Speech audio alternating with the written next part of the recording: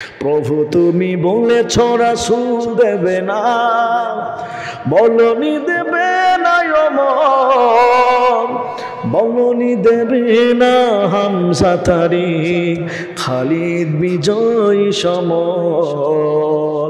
প্রভু তুমি বলেছ রাসূল দেবে না, বলনি দেবে না ওমর, বলনি দেবে না হামজা তারিক, খালিদ বিজয় সমর। প্রভু তুমি বলেছ রাসূল দেবে না। আল্লাহ তাআলা তো রাসূল পাঠাবেন না, ওমর তো চলে গেছে, ওমরের মতো তো আল্লাহ তাআলা কাউকে পাঠাতে পারেন। আল্লাহর কাছে আমরা দোয়া করছি ওমরের মতো কাউকে যেন আল্লাহ তাআলা পাঠায় দেন। আমার ভাইরা আসুন, হযরত ওমর ফারুক রাদিয়াল্লাহু তাআলা আনহু তার শাসন ব্যবস্থা তিনি কেমনে কায়েম করেছিলেন, হযরতে ওমরের ইনসাফটা কেমন ছিল সামান্য একটু আপনাদেরকে ধারণা দেই। ও মুসলমান ইমানদার আল্লাহর গোলাম, হযরতে ওমর ফারুক রাদিয়াল্লাহু তাআলা আনহু রাত্রিবেলা না ঘুমাইয়া হযরত ওমর তিনি ছুটে চলছেন দেশের মানুষের কোন অবস্থা, কে কি অবস্থার মধ্যে আছে। হযরত ওমর ফারুক রাদিয়াল্লাহু তাআলা আনহু তিনি পথ চলতেছে। হযরত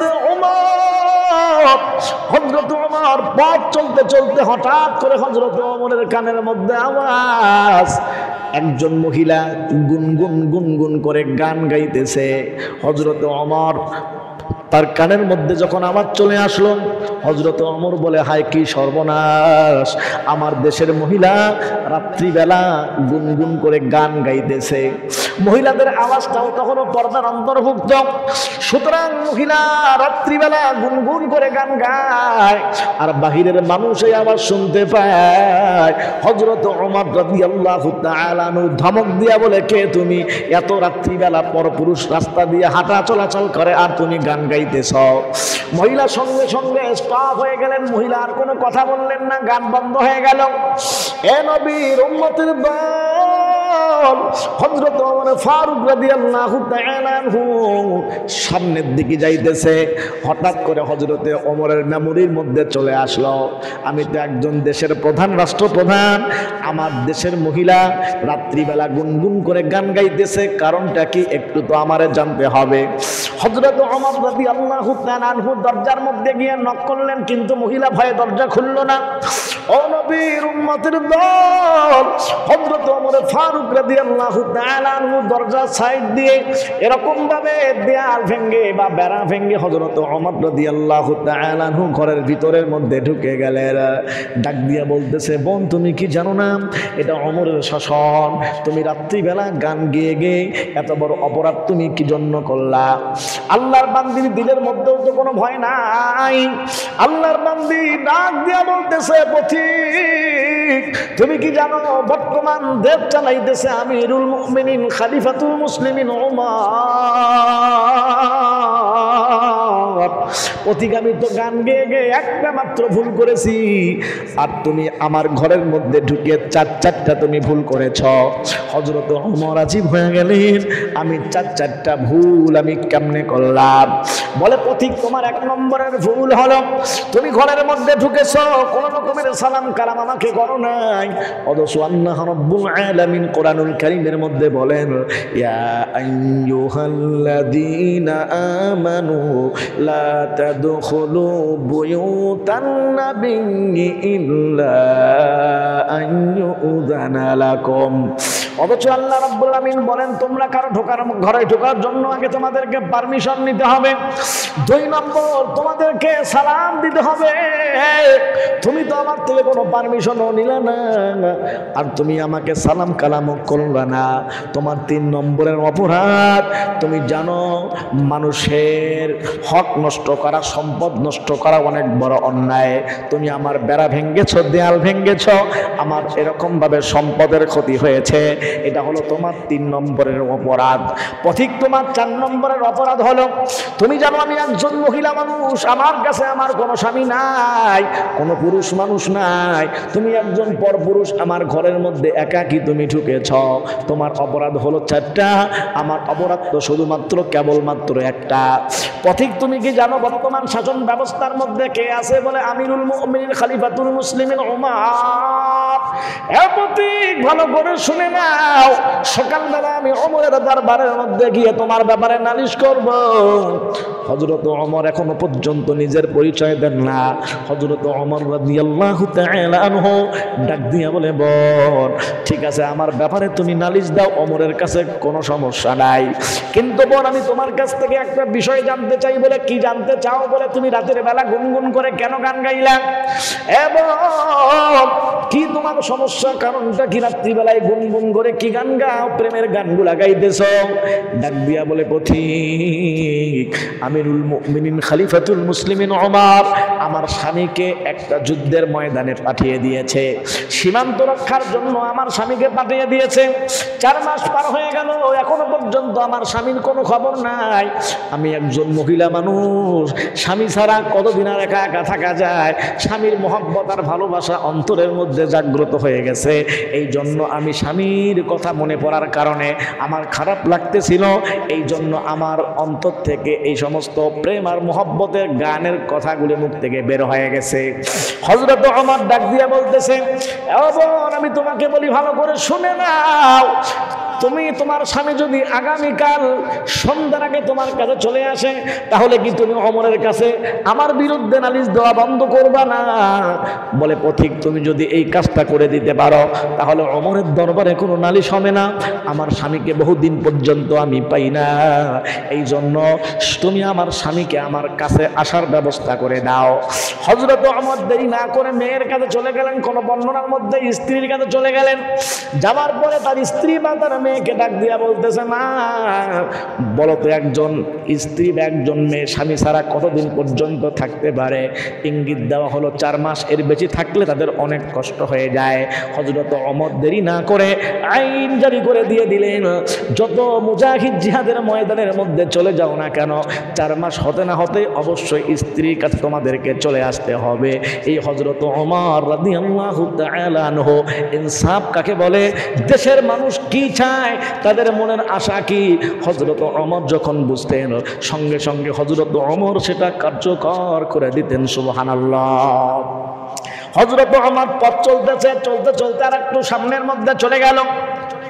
ও মুসলমান ইমানদার আল্লাহর গোলাম, এই কথা বলে আজকের মতো আলোচনা শেষ করে দিব ইনশাআল্লাহ। হযরত ওমর যখন সামনের দিকে পথ চলা আরম্ভ করে যায়, হঠাৎ করে হযরত ওমরের কানের মধ্যে এক মহিলা মানুষের কান্নার আওয়াজ। আল্লাহর বান্দি কাঁদতেছে, আল্লাহর বান্দির চোখ দিয়ে টপ টপ করে পানি পড়তেছে, জোরে জোরে আওয়াজ হইতেছে। হযরত ওমর টেনশনের মধ্যে পড়ে গেলেন, আমার দেশের জনগণ রাত্রিবেলা কেন কান্দে? কাছের মধ্যে গিয়ে দেখে আল্লাহর বান্দি প্রসব বেদনা যন্ত্রণা শুরু হয়ে গেছে, কিন্তু কোনো ধাত্রী নাই, কে তাকে ডেলিভারি করাবে এমন কোনো ধাত্রী আশপাশের মধ্যে মহিলা মানুষ পাওয়া যাচ্ছে না। হযরত ওমর টেনশনের মধ্যে পড়ে গেলেন, আমি তো পুরুষ মানুষ, মহিলা মানুষের কাছেও যাওয়া যাবে না। হযরত ওমর দেখেন কেমন মানুষ, দেরি না করে সঙ্গে সঙ্গে ওমর তার বাড়ির মধ্যে চলে গেলেন। হযরত ওমর বাড়ির মধ্যে যাওয়ার পর তার বিবিকে ডাক দিয়া বলে, বিবি এ বিবি ভালো করে শুনে নাও, আল্লাহ পাক রব্বুল আলামিন তোমাকে অনেক বড় একটা দায়িত্ব দিয়েছে রে বিবি। আল্লাহ পাক রব্বুল আলামিন কিন্তু আমাদের জনগণের শাসক বানান নাই, আমরা হলাম জনগণের সেবক। জনগণের সেবা করা এটাই হলো মূলত আমাদের কাজ। আরে বিবি তুমি হয়তো জানো না, রাত্রিবেলা যখন আমি ঘুরতেছি না, হঠাৎ করে একজন আল্লাহর বান্দির কান্নার আওয়াজ আমার কানের মধ্যে চলে আসলো। আল্লাহর বান্দির প্রসাদ বেদনার যন্ত্রণা শুরু হয়ে গেছে, এমন কোন কাছের মানুষ নাই যে তাকে হেল্প করবে, সাহায্য করবে। এই জন্য আব্দুল্লাহর মা তুমি যদি কিছু মনে না করো তাহলে চলো তোমাকে ধাত্রীর কাজ করতে হবে, আমার দেশের সাধারণ জনগণের স্ত্রী একজন মহিলার তোমাকে খেদমত করতে হবে। হযরত ওমর যেমন তার বিবিও তেমন। হযরত ওমরের বিবি এ কথা বললেন না, আমি তো হলাম একজন রাষ্ট্রপ্রধানের স্ত্রী, আমি কেন সামান্য একজন এরকম ভাবে দেশের দেশের এরকম জনগণের আমি কি জন্য খেদমতে যাব? আমি হলাম রাষ্ট্রপ্রধানের স্ত্রী, সুতরাং আমি কোনো গরিব বাড়ির মধ্যে যেতে পারবো না। বলে না, হযরত ওমরের বিবি এমন কোনো কথা বললেন না। হযরত ওমরের বিবি সঙ্গে সঙ্গে আল্লাহর বান্দির সাহায্য করার জন্য চলে গেলেন। কারণ যে ব্যক্তি আল্লাহর বান্দা বা বান্দির সাহায্য করে, আল্লাহও তার সাহায্য করে। ও মুসলমান ইমানদার, আল্লাহর গোলাম, আল্লাহ পাক রব্বুল আমিন ওই বান্দার ততক্ষণ পর্যন্ত সাহায্য করে, বান্দা যখন অন্য কোনো বান্দার সাহায্য করে। হযরত ওমর যেমন, তার বিবিও তেমন। আমিরুল মুমিনিনের স্ত্রী হওয়া সত্ত্বেও নিজেকে কোনো বড় মনে করলেন না। হযরত ওমরও খেদমত করে, বিবিও খেদমত করে, সন্তানরাও খেদমত করে। আমাদের দেশের অবস্থা যদি আজকে এমন হয়ে যাইত, তাহলে আমাদের দেশের মধ্যে কোনো দুর্নীতি সবগুলা বন্ধ হয়ে যেত। এই জন্য তো আল্লাহ পাক রব্বুল আমিন বলছেন, ইন্নাল্লাহা ইয়া'মুরু বিল আদলি ওয়াল ইহসান ওয়া ইতাই যিল কুরবা ওয়া ইয়ানহা আনিল ফাহশাই ওয়াল মুনকারি ওয়াল বাগই ইয়াইদুকুম লাআল্লাকুম তাযাক্কারুন। এই জায়গার মধ্যে আল্লাহ পাক রব্বুল আলামিন কয়েকটা বিষয় নসিহত করেছেন, তোমাদের মানতে হবে, আর কয়েকটা জিনিস থেকে তোমাদেরকে বিরত থাকতে হবে। তার মধ্যে এক নম্বর আল্লাহ আদেশ করেছেন, ইন্নাল্লাহা ইয়া'মুরু বিল আদল, আল্লাহ তোমাদেরকে আদেশ করতেছে তোমরা ইনসাফ প্রতিষ্ঠিত করো।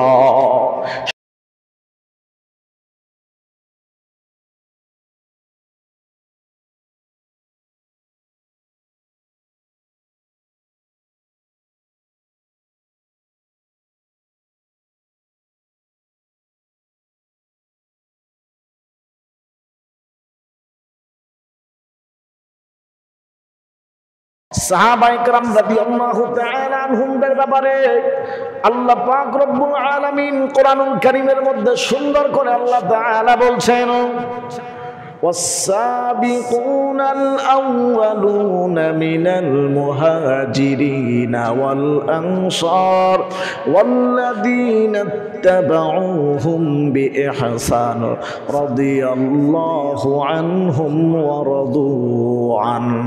আল্লাহ তাআলা বলছেন যে والسابقون الأولون من المهاجرين والأنصار, সাহাবায়ে কেরাম দুই প্রকার। একদল সাহাবায়ে কেরামকে বলা হয় আনসার, আর একদল সাহাবায়ে কেরামকে বলা হয় মুহাজির। এই আনসার হোক চাই সে মুহাজির হোক, যেই হোক না কেন, আল্লাহ পাক আনসার মুহাজির দুই শ্রেণীর সাহাবায়ে কেরামের ব্যাপারে স্পষ্ট করে বলছেন যে সাহাবায়ে কেরাম চাই তারা আনসার হোক চাই তারা মুহাজির হোক, তারা যেই হোক না কেন, আল্লাহ পাক রব্বুল আমিন তাদের ব্যাপারে বলেছেন যে রাদিয়াল্লাহু আনহুম ওয়া রাদু আন, তারাও আল্লাহর উপর খুশি, আল্লাহ তাদের উপর খুশি। ওয়া আ'আদ্দা লাহুম জান্নাতিন তাজরি তাহতাহাল আনহার, আল্লাহ তাআলা তাদের জন্য এমন জান্নাত তৈরি করে রেখেছেন যার তলদেশে নহর প্রবাহিত। আল্লাহ তাআলা সাহাবায়ে কেরামের জন্য জান্নাতকে তৈরি করে রেখেছেন। এই লোকগুলি রাসূল করিম সাল্লাল্লাহু আলাইহি ওয়াসাল্লামের সোহবতে আসার পর এত দামি হয়ে গেল, রাসূল করিম সাল্লাল্লাহু আলাইহি ওয়াসাল্লামের সোহবতে আসার পর এত দামি হয়ে গেছে যে দুনিয়ার মধ্যে থাকেই সাহাবায়ে কেরাম রাদিয়াল্লাহু তাআলা আনহুম জান্নাতের সার্টিফিকেট পেয়ে গেছে। আমার ভাইয়েরা আসুন সামনের দিকে চলে যায়, আলোচনা খুব লং টাইম করার সুযোগ নাই। সাহাবায়ে কেরাম রাদিয়াল্লাহু তাআলা আনহুমদের মাঝে আল্লাহ পয়গম্বর মুহাম্মদুর রাসূলুল্লাহ যখন শাসন ব্যবস্থার মধ্যে চলে গেলেন, আল্লাহর পয়গম্বর দেশের মধ্যে এমন সুন্দর শাসন ব্যবস্থা কায়েম করলেন, এমনভাবে ইনসাফ প্রতিষ্ঠিত করলেন, দলের লোক কিংবা দলের বাহিরের লোক কোনো রকমের সাপোর্ট চলে না, কোনো রকমের পক্ষপাতিত্ব চলে না। আমার মায়ার নবী মুহাম্মদুর রাসূলুল্লাহ কখনো পক্ষপাতিত্ব করেন নাই। আমার ভাইয়েরা, আমি আপনাদেরকে হাদিস থেকে একটা হাদিস শোনাই। মাখজুমি গোত্রের একজন মহিলা, সে এরকম ভাবে চুরি করেছে। মাখজুমি গোত্র যেহেতু কুরাইশ বংশেরই একটা গোত্র, এই জন্য সাহাবায়ে কেরাম রাদিয়াল্লাহু তাআলা আনহুম বিষয়টিকে নিয়ে একটু চিন্তিত হয়ে গেলেন। এ নবীর উম্মতের দল, কথাগুলা দিনের কান দিয়ে বোঝার চেষ্টা করেন। অবস্থা কি হয়ে গেল? সাহাবায়ে কেরাম রাদিয়াল্লাহু তাআলা আনহুম তারা অত্যন্ত পেরেশান হয়ে গেলেন, টেনশন হয়ে গেলেন। যদি এই মহিলার বিচার করা হয় তাহলে কুরাইশদের এই এরকম নাক কাটা যাবে। আল্লাহর পয়গম্বর মুহাম্মদুর রাসূলুল্লাহ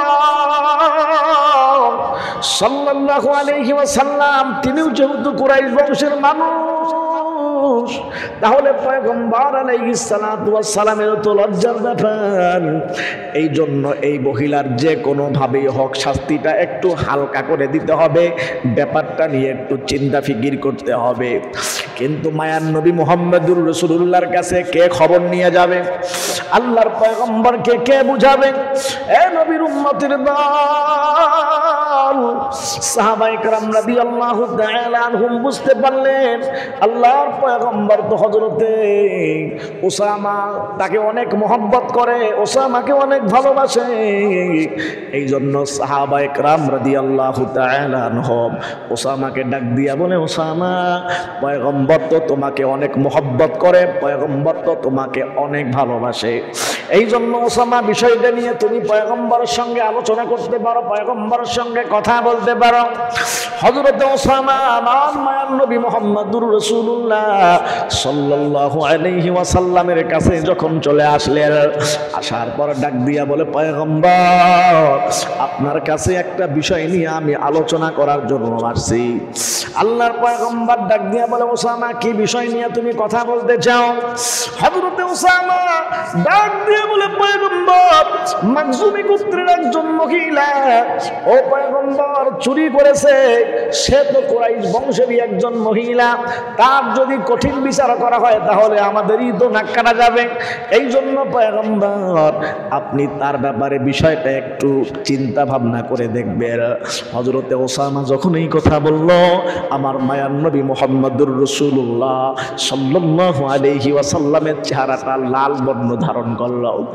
আমার পয়গম্বর নারাজ হয়ে গেলেন, ডাক দিয়া বলতেছে, উসামা তুমি কি আল্লাহর হদের ব্যাপারে তুমি কি আমাকে কোনো কিছু করতে বলছো নাকি? এটা হলো তিলকা হুদুদুল্লাহ, এটা হলো আল্লাহর হদ, এটা হলো আল্লাহর সীমানা। আল্লাহর হদের ব্যাপারে আমি তো কোনো কিছুই করতে পারবো না। সে হোক আমার দলের লোক হোক, সে আমার বংশের লোক হোক, সে আমার পক্ষের হোক বা বিপক্ষে হোক, আল্লাহর হদের ব্যাপারে তো আমি কোনো কথাই বলতে পারবো না। এই জন্য পয়গম্বর দেরি না করে সাহাবায়ে কেরাম রাদিয়াল্লাহু তাআলা আনহুমদেরকে কুরাইশ গোত্রের লোকদেরকে একত্রিত করলেন। এ নবীর উম্মতের দল, কথাগুলা দিলের কান দিয়ে বোঝার চেষ্টা করো ভাই। দেখেন আমার মায়ার নবী কি রকম ইনসাফ প্রতিষ্ঠা করেছিলেন। আমার মায়ার নবী মুহাম্মদুর রাসূলুল্লাহ সাল্লাল্লাহু আলাইহি ওয়াসাল্লাম ডাক দিয়া বলে, ইয়া কওমি, ও আমার গোত্রের লোকেরা ভালো করে শুনে নাও, তোমাদের আগে তোমাদের পূর্বের উম্মতদেরকে আল্লাহ তাআলা ধ্বংস করে দিয়েছিলেন। কারণটা কি জানো? বলে তাদের একমাত্র তো কারণ আল্লাহ তাআলা তাদেরকে ধ্বংস করেছে যতগুলি কারণ ছিল, তার মধ্যে একটা কারণ হলো তাদের যখন কোনো এরকম ভাবে বংশীয় লোকেরা কোনো এরকম ভাবে অপরাধ করত, সঙ্গে সঙ্গে তারা বংশীয় লোক অপরাধ করলে সেটা তারা অনেক হালকা চোখে দেখত। আর যদি কোনো গরিব মানুষ, আর যদি কোনো এরকম ভাবে নিম্ন বংশের কেউ যদি কোনো অপরাধ করত, তার ব্যাপারে তারা কঠিন সিদ্ধান্ত নিয়ে নিত। এই জন্য পক্ষপাতিত্ব করার কারণে আল্লাহ পাক রব্বুল আলামিন তাদেরকে ধ্বংস করে দিয়েছে। ও আমার কওমের লোকেরা ভালো করে শুনে নাও, এই চুরিটা যদি আমার মেয়ে ফাতেমাও যদি করত, আমি মায়ার নবী আমার মেয়ে ফাতেমার দিকে আমি কোনো লক্ষ্য করতাম না, আমি অবশ্যই ফাতেমার হাতটাও কেটে দিয়ে দিতাম। আমার মেয়ে ফাতেমা চুরি করছে, এই জন্য আমি ফাতেমাকে ছেড়ে দিব। বলে না, এটা কখনোই হতে পারে না।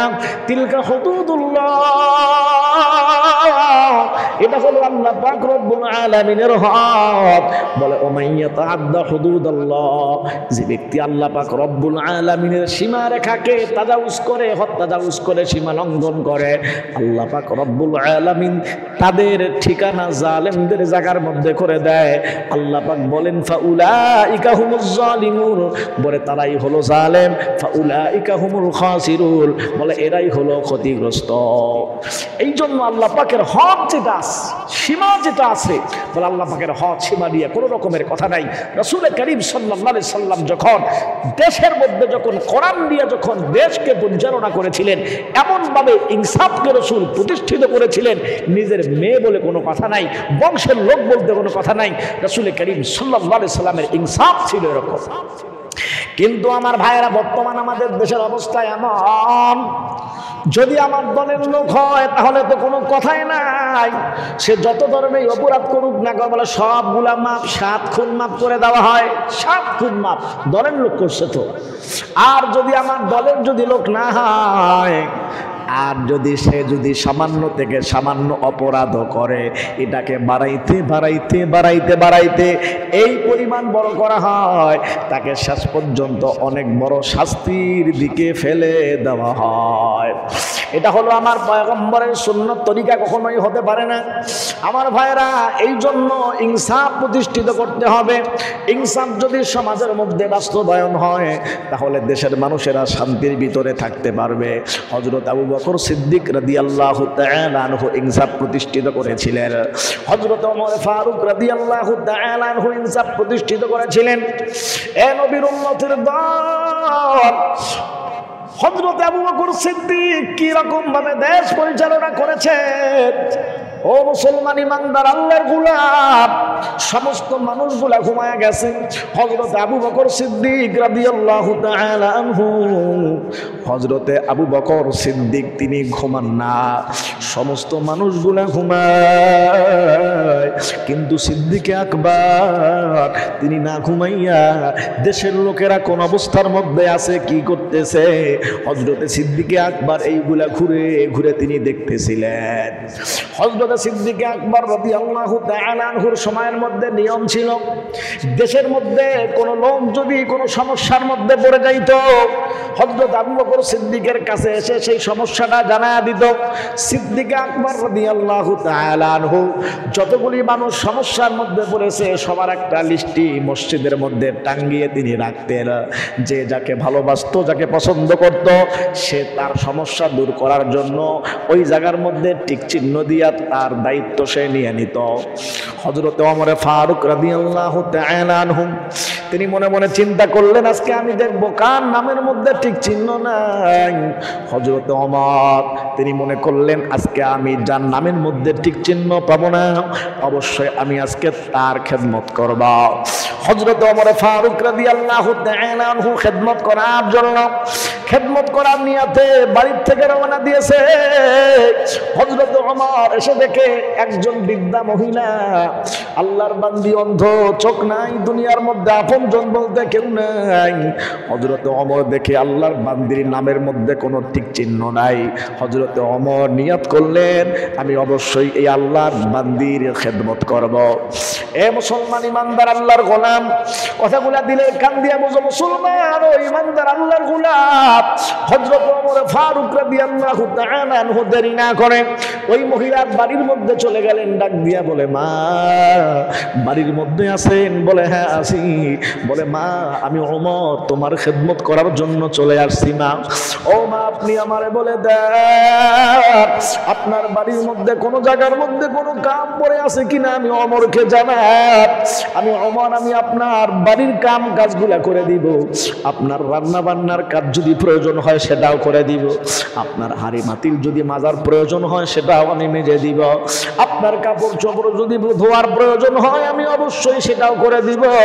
আমি আপনার খেদমতের জন্য আজকে আসছি মা, আমি আপনার খেদমত করতে চাই। বৃদ্ধা মহিলা ডাক দিয়া বলে, ওমর তুমি আসার আগে আল্লাহর একজন বান্দা আমার কাছে আসছিল, আমার যতগুলা প্রয়োজন সব প্রয়োজনগুলা আল্লাহর বান্দা দূর করে দিয়ে আল্লাহর বান্দা চলে গেছে। হযরত ওমর মনে করলেন, ঠিক আছে আজকে তো আমি খেদমত করতে পারলাম না, আগামী কাল আমি করব। এ মুসলমান ইমানদার আল্লাহর গোলাম, হযরত ওমর রাদিয়াল্লাহু তাআলা আনহু পরের দিন ওই বৃদ্ধা মহিলার বাড়ির মধ্যে খেদমত করার জন্য চলে গেছি। হযরত ওমর ডাক দিয়া বলে, মা আজকে আমি ওমর আপনার খেদমত করার জন্য আসছি। বৃদ্ধা মহিলা আজকেও ডাক দিয়া বলে, ওমর আমার বাড়ির মধ্যে খেদমত করার মতো কোনো কিছুই নাই। ওমর তুমি আসার আগে একজন আল্লাহর বান্দা আমার বাড়ির মধ্যে এসে যতগুলি কাজ ছিল সমস্ত কাজগুলা করে গেছে রে ওমর। হযরত ওমর আজীব হয়ে গেলেন, পরপর 2 দিন আসলাম কিন্তু বৃদ্ধা মহিলার কোনো কাজই তো আমি করতে পারলাম না। এই জন্য হযরত ওমর ফারুক রাদিয়াল্লাহু তাআলা আনহু মনে মনে চিন্তা করলেন, দেখবো আমি কোন সেই যুবক যেই যুবক প্রত্যেকটা দিন এই মহিলার খেদমত করে বেড়ায়। হযরত ওমর বাড়ির মধ্যে না গিয়া ওই বৃদ্ধা মহিলার বাড়ির পাশের মধ্যে এক গাছের মধ্যে বা কোনো একটা জঙ্গল বা ঝাড়ের নিচের মধ্যে লুকায় আছে। হযরত রাদিয়াল্লাহু তাআলা আনহু লক্ষ্য করবে কোন সেই যুবক বুড়ি মহিলার রাতের বেলা খেদমত করে যায়। এ নবীর উম্মতের দল, হযরত ওমর রাদিয়াল্লাহু তাআলা আনহু দেরি না করে হযরত ওমর ওই আল্লাহর বান্দার দিকে লক্ষ্য করে দেখে সমস্ত মানুষগুলা ঘুমায়া গেছে, কিন্তু গভীর রাত একজন আল্লাহর বান্দা হাঁটি হাঁটি পা পা করে এরকম ওই বৃদ্ধা মহিলার বাড়ির দিকে চলে যাচ্ছে খেদমত করার জন্য।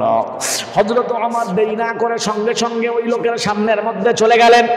হযরত ওমর ডাক দিয়ে বলে, ভাই তুমি কে, তোমার পরিচয়টা দাও। হযরত ওমর রাদিয়াল্লাহু তাআলা আনহু বলতেছে, কিন্তু আল্লাহর বান্দা এরকম ভাবে তার মুখটা পেঁচানো কাপড় দিয়া। হযরত ওমর ডাক দিয়া বলে, ভাই কে তুমি, কে তোমার পরিচয়, তোমার মুখ থেকে কাপড়টা খোলো, তোমার পরিচয়টা আমি জানতে চাই। 2 দিন থেকে তুমি বুড়ি মহিলার খেদমত করতেছো, আমি ওমর কোনো সুযোগেই পাইতেছি না। ওই আল্লাহর বান্দা মুখ থেকে কাপড়টা সরায় না। হযরত ওমর ডাক দিয়া বলে, ভাই তোমার মুখ থেকে তুমি কাপড়টা সরাও, আমি একটু তোমাকে দেখতে চাই, আসলে তোমার পরিচয়টা কি, কি তুমি। হযরত ওমর রাদিয়াল্লাহু তাআলা আনহু যখন জোর জবরদস্তি করতেছে, আল্লাহর বান্দার মুখ থেকে যখন কাপড়টা সরায়, হযরত ওমর আজীব হয়ে গেল, হায় কাকে আমি এই জায়গার মধ্যে দেখলাম, এ তো অন্য কেহ নয়, আমিরুল মুমিনিন খলিফাতুল মুসলিমিন হযরত আবু বকর। হযরত ওমর চোখের পানি আর ধরে রাখতে পারলেন না, ডাক দিয়া বলে, ভাই আবু বকর, আপনি রাত্রিবেলা না ঘুমাইয়া এই বুড়ি মহিলার খেদমত করার জন্য আসছেন। ও ভাই আবু বকর, আপনি যদি চাইতেন তাহলে আমি ওমরকে তো এই মহিলার খেদমতের জন্য পাঠাইতে পারতেন। এ ভাই আবু বকর, আপনি যদি চাইতেন ওসমানকে তো খেদমতের জন্য পাঠাইতে পারতেন। এ ভাই আবু বকর, আপনি যদি চাইতেন আলীকেও তো খেদমতের জন্য পাঠাইতে পারতেন। তাহলে আপনি রাত্রিবেলা না ঘুমাইয়া সারাটা দিন দেশের কাজ করে করে ক্লান্ত, এখনো রাত্রিবেলা আপনার আরাম আর রেস্ট নেওয়ার কথা ছিল, কিন্তু আপনি আরাম আর রেস্ট না নিয়ে রাত্রিবেলাও এরকম মানুষের খেদমত করে যাচ্ছে। হযরত আবু বকর সিদ্দিক রাদিয়াল্লাহু তাআলা আনহু ডাক দিয়া বলে, ভাই ওমর, আমি যদি তোমাকে দায়িত্বটা দিতাম তাহলে সব সওয়াব তো তোমরাই নিয়ে নিতা, আমি আবু বকরের কি কোনো সওয়াবের দরকার নাই। ও নবীর উম্মত, কি সেই আবু বকর নাকি সওয়াবের টেনশন করতেছে, অথচ আল্লাহ পাক রব্বুল আলামিন সিদ্দিক আকবরের ব্যাপারে আগেই বলেছেন, আবু বকর ফিল জান্নাহ, আবু বকর সে একজন জান্নাতি। হযরত আবু বকর সিদ্দিক রাদিয়াল্লাহু তাআলা আনহু কেমন ভাবে দেশ পরিচালনা করলেন। ইনসাফ কাকে বলে? আমার দেশের লোকেরা অশান্তিতে থাকবে আর আমি আবু বকর রাত্রিবেলা নাক ডেকে ডেকে ঘুমাবো, এটা কখনোই হতে পারে না। এই জন্য হযরত আবু বকর রাত্রিবেলা নিজে বুড়ি মহিলার বাড়ির কাছের মধ্যে গিয়া বুড়ি মহিলার খেদমত পর্যন্ত করেছেন। এই হলেন সেই সিদ্দিক আকবর। এই জন্য আমার ভাইরা, ইনসাফ যদি সমাজের মধ্যে প্রতিষ্ঠিত হয়ে যায় তাহলে কোনো টেনশনের কারণ নাই, চিন্তার কারণ নাই। দেশের মানুষেরা সব রকমের অপকর্ম, সব রকমের দুশ্চিন্তা, সব রকমের খুনাখুনি রাহাজানি থেকে আল্লাহ পাক রব্বুল আলামিন দেশের মানুষদেরকে হেফাজত করবে। এ হলো সিদ্দিক আকবর ইনসাফ প্রতিষ্ঠিত কিভাবে করেছিলেন। আমার রাসূল সাল্লাল্লাহু আলাইহি সাল্লাম তিনি ইনসাফ প্রতিষ্ঠিত কিভাবে করেছিলেন। আবু বকর সিদ্দিক রাদিয়াল্লাহু তাআলা আনহু তার ইনসাফ কেমন ছিল। আবু বকর চলে গেল, এরপর হযরত ওমর ফারুক রাদিয়াল্লাহু তাআলা আনহু, তার ইতিহাস তো আরো মারাত্মক, যে ওমরের ব্যাপারে রাসূল করিম সাল্লাল্লাহু আলাইহি সাল্লাম বলেছেন, ওমরের ব্যাপারে রাসূল বলেছেন, লাউ কানা বাদি নাবিয়্যুন লাকানা ওমর, আমার পরে যদি কেউ নবী আসতো তাহলে সেই নবীটা হয়তো হযরত ওমর। আমার পরে নবী যদি কেউ হতো সেই নবীটা হয়তো হযরত ওমর। হযরত ওমর রাদিয়াল্লাহু তাআলা আনহু আল্লাহ তাআলা তার মাকাম এত বাড়িয়ে দিয়েছে। একদিন রাসূল করিম সাল্লাল্লাহু আলাইহি সাল্লাম ওমরকে ডাক দিয়ে বলতেছে, ভাই ওমর, তুমি কি জানো শয়তান তোমাকে কিরকম ভয় পায়? হযরত ওমর বলতেছে, ইয়া রাসূলুল্লাহ, শয়তান আমাকে দেখে কি ভয় পায় আমি তো জানি না। বলে, ওমর, তুমি যেই রাস্তা দিয়ে চলাফেরা করো, শয়তান যদি জানে এই রাস্তা দিয়ে ওমর আসতেছে বা ওমর যাচ্ছে, শয়তান আর সেই পথ দিয়ে সেই রাস্তা দিয়ে যায় না, এই পরিমাণ তোমাকে ভয় করে। শুধু কি ওমরকে শয়তান ভয় পাইতো? বলে যে না, এমনকি রাসূল করিম সাল্লাল্লাহু আলাইহি সাল্লামের বিবিরা পর্যন্ত হযরত ওমর ফারুক রাদিয়াল্লাহু তাআলা আনহুকে ভয় পাইতো। ওইদিকে যাওয়ার কোনো সময় নাই, সময় তো অত্যন্ত স্বল্প। এই জন্য হযরত ওমর ফারুক রাদিয়াল্লাহু তাআলা আনহু তিনি দেশ কিভাবে পরিচালনা করেছিলেন, ইনসাফ কাকে বলে, হযরত ওমর ফারুকের শাসন থেকে আমাদেরকে শিখতে হবে। আজকেও আমাদের দেশের শাসক যারা আছেন তারাও যদি হযরত ওমর ফারুককে ফলো করতো, ওমর ফারুক যেভাবে দেশ পরিচালনা করেছেন এটা যদি ফলো করতো তারা, তাহলে দেশের মধ্যে যা হচ্ছে বর্তমান লুটতারাজ থেকে শুরু করে দুর্নীতি থেকে শুরু করে যা হচ্ছে সবগুলো বন্ধ হয়ে যেত।